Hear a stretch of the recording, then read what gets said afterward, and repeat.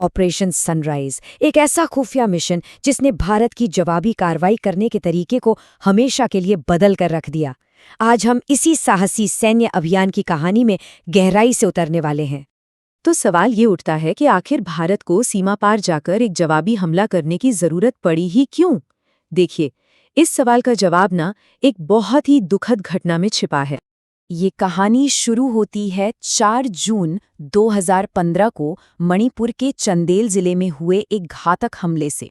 वो हमला जिसने पूरे देश को झकझोर कर रख दिया था। सोचिए, डोगरा रेजिमेंट के जवानों का एक काफिला मणिपुर की एक सुनसान घाटी से गुजर रहा है और तभी अचानक एक जोरदार आईईडी ब्लास्ट होता है। आईईडी मतलब एक तरह का देसी बम। इस धमाके ने उनके सबसे आगे वाले ट्रक को हवा में उछाल दिया। अब इससे पहले कि कोई भी कुछ समझ पाता, जंगल में छिपे आतंकवादियों ने ताबड़तोड़ गोलियां बरसानी शुरू कर दी। और ये सब इतनी तेजी से हुआ कि हमला करने के बाद आतंकी आराम से सीमा पार म्यांमार के घने जंगलों में गायब हो गए। इस कायरतापूर्ण हमले में भारत ने अपने 18 बहादुर जवानों को खो दिया। 18, ये एक बहुत बहुत बड़ी क्षति थी और बस यही वो घटना थी जिसने आगे होने वाले पूरे ऑपरेशन की नींव रखी। तो सवाल यह है कि ये हमलावर थे कौन? असल में ये थे national socialist council of Nagaland यानी NSCN और कांगली यौवल कन्नालुप यानी KYKL के आतंकवादी। और इनका एक ही मकसद था, नागालैंड को भारत से अलग करना और नागालिम नाम का एक अलग देश बनाना। आपको बताएं, इन ग्रुप्स ने हमले से कुछ ही महीने पहले मार्च 2015 में 2001 के सीज़फायर एग्रीमेंट को तोड़ दिया था। और इतना ही नहीं, खबरों के मुताबिक इन्हें पाकिस्तान की ISI और चीन से पैसा और हथियार दोनों मिल रहे थे। जाहिर है, उनका मकसद भारत के नॉर्थ ईस्ट में अस्थिरता बनाए रखना था और अपने छिपने के लिए ये म्यांमार के साथ लगी खुली सीमा का पूरा फायदा उठाते थे। अब जैसे इस हमले की खबर दिल्ली पहुंची, समझ लीजिए कि मणिपुर के जंगलों से लेकर दिल्ली के सत्ता के गलियारों तक हड़कंप मच गया। फौरन एक हाई लेवल इमरजेंसी मीटिंग बुलाई गई। उस मीटिंग में प्रधानमंत्री नरेंद्र मोदी का इरादा बिल्कुल साफ था। रिपोर्ट्स के मुताबिक उन्होंने भारी आवाज में कहा, मेरे देश के 18 जवान मारे गए, उनकी माताओं के आंसुओं का हिसाब मुझे चाहिए। दूसरी तरफ सेना का गुस्सा भी उफान पर था। Army chief general Dalbir Singh Suhag ने प्रधानमंत्री को भरोसा दिलाया और कहा, सर, मेरे जवान इस वक्त खून का घूंट पीकर बैठे हैं। आप बस एक इशारा कीजिए, हम इन आतंकवादियों को ढूंढकर राख में मिला देंगे। तो मीटिंग में 2 ऑप्शन सामने रखे गए। पहला एयर स्ट्राइक या दूसरा ग्राउंड स्ट्राइक। अब देखिए, एयर स्ट्राइक में एक बहुत बड़ा खतरा था आम नागरिकों की जान जाने का, क्योंकि आतंकियों के कैंप गांवों के काफी करीब थे। इसीलिए बिल्कुल सटीक हमले के लिए एक खुफिया जमीनी ऑपरेशन करने का फैसला किया गया। आर्मी चीफ का कॉन्फिडेंस देखने लायक था। जब प्रधानमंत्री ने पूछा कि तैयारी में कितना वक्त लगेगा, तो जनरल सुहाग ने जवाब दिया, सर, मुझे सिर्फ 3 दिन का समय चाहिए।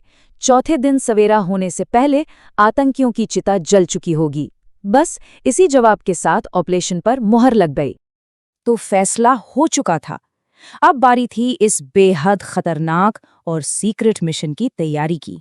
इस हाई रिस्क मिशन के लिए पैरा SAF के 64, जी हां, 64 सबसे जाबाज कमांडोज को चुना गया। ये वो लोग थे जिन्हें हर तरह की चुनौती से निपटने के लिए ट्रेन किया गया था। देखिए, इस मिशन की सबसे बड़ी शर्त थी इसे पूरी तरह खुफिया रखना। इसलिए कमांडोज को ट्रकों में बिठाकर बॉर्डर के पास ले जाया गया ताकि लगे कि ये एक नॉर्मल मिलिट्री मूवमेंट है। और वहां से शुरू हुई असली परीक्षा। उन्होंने अपनी पीठ पर 35-35 किलो का सामान लादकर घने जंगलों के बीच से 40 किलोमीटर का सफर पैदल तय किया। सब कुछ सिर्फ इसलिए ताकि दुश्मन को कानो कान खबर न हो।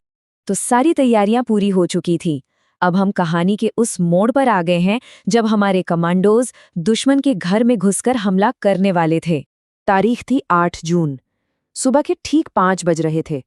आतंकवादी अपने कैंप में नाश्ते के लिए जमा हो रहे थे और उन्हें इस बात का जरा भी अंदाजा नहीं था कि मौत उनका इंतजार कर रही है।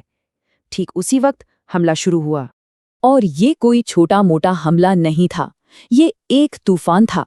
सिर्फ 45 मिनट के अंदर हमारे कमांडोज ने दुश्मन पर 15,000 राउंड गोलियां, 150 ग्रेनेड और 12 रॉकेट दाग दिए। ये पूरी तरह से एक तरफा और बहुत ही विनाशकारी हमला था। तो इसका नतीजा क्या निकला? नतीजा ये था, 50 से ज्यादा आतंकवादी ढेर। और सबसे बड़ी बात, भारत के एक भी कमांडो को खरोंच तक नहीं आई। मिशन 100% सफल रहा था। मिशन तो पूरा हो गया। चलिए अब जरा ये देखते हैं कि इस कामयाब ऑपरेशन के बाद क्या हुआ और इसका असर क्या पड़ा।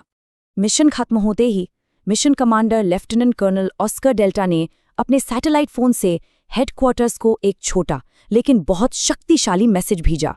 उन्होंने कहा, mission accomplished sir, I repeat, mission accomplished. इस मैसेज के बाद सभी 64 कमांडोज को हेलीकॉप्टर से सुरक्षित बेस पर वापस ले आया गया और फिर वो हुआ जो पहले कभी नहीं हुआ था। भारत सरकार ने आधिकारिक तौर पर इस क्रॉस बॉर्डर स्ट्राइक की घोषणा की। ये इतिहास में पहली बार था जब भारत ने ऐसे किसी ऑपरेशन को दुनिया के सामने कबूल किया था। और इस मिशन में दिखाई गई बहादुरी के लिए लेफ्टिनेंट कर्नल ऑस्कर डेल्टा को कीर्ति चक्र से सम्मानित किया गया। तो ये थी ऑपरेशन सनराइज की पूरी कहानी। लेकिन इसके बाद एक बहुत बड़ा सवाल खड़ा होता है। ये जो भारत ने पहली बार सीमा पार हमले को सार्वजनिक तौर पर स्वीकार किया, इसने इस पूरे क्षेत्र में लड़ाई के नियमों को कैसे बदल दिया और भविष्य के लिए इसने क्या नई मिसाल कायम